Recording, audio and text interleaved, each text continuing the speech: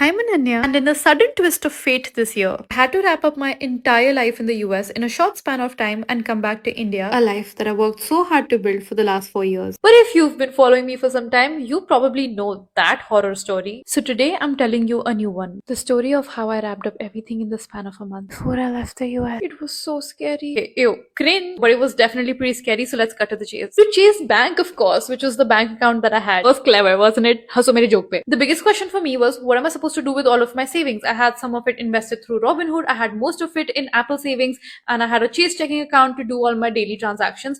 And I did not want to convert my dollars to INR. I wanted to keep them as it is. If you have similar accounts, let me make it easy for you. You cannot keep your Apple Savings account if you're moving out of the US because you need to have a physical address under your name. And I could be wrong about this, but I don't think you can use Robinhood either. So I pulled my money out of Robinhood and I'm still looking for a new broker. The good news is you can keep your Chase checking account. To keep it active, all you need is activity every 60 days, whether it's Zelle or a bank transfer. And you can do this anywhere in the world with the Chase app on your phone. Also, to keep that account active free of charge, you need to have a minimum balance of 2,500 US dollars every month in that account. But what if you get locked out of your Chase account and have to go through a two-factor authentication process that requires your phone number? So what do you do about your phone number? So if you have an international phone number, you can actually update it on the Chase app. And as far as I know, Chase does send SMSs to international phone numbers. In my case, I lost all my international phone numbers, so I wanted to keep my US phone number, but at the same time, I did not want to pay $20 a month just to keep this number under my name. So I ported my phone number to Google Voice for a one-time $20 fee, and now I have this phone number registered under my name,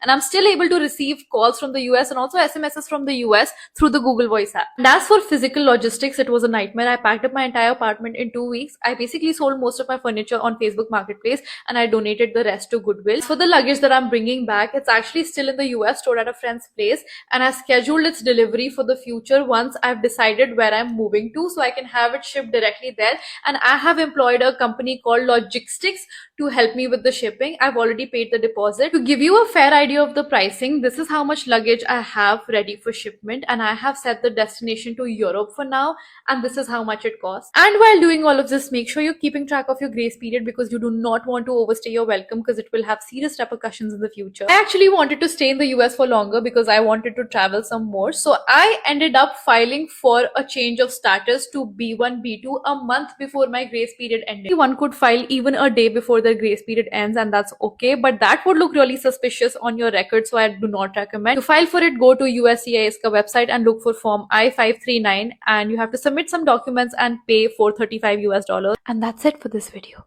Thanks for watching.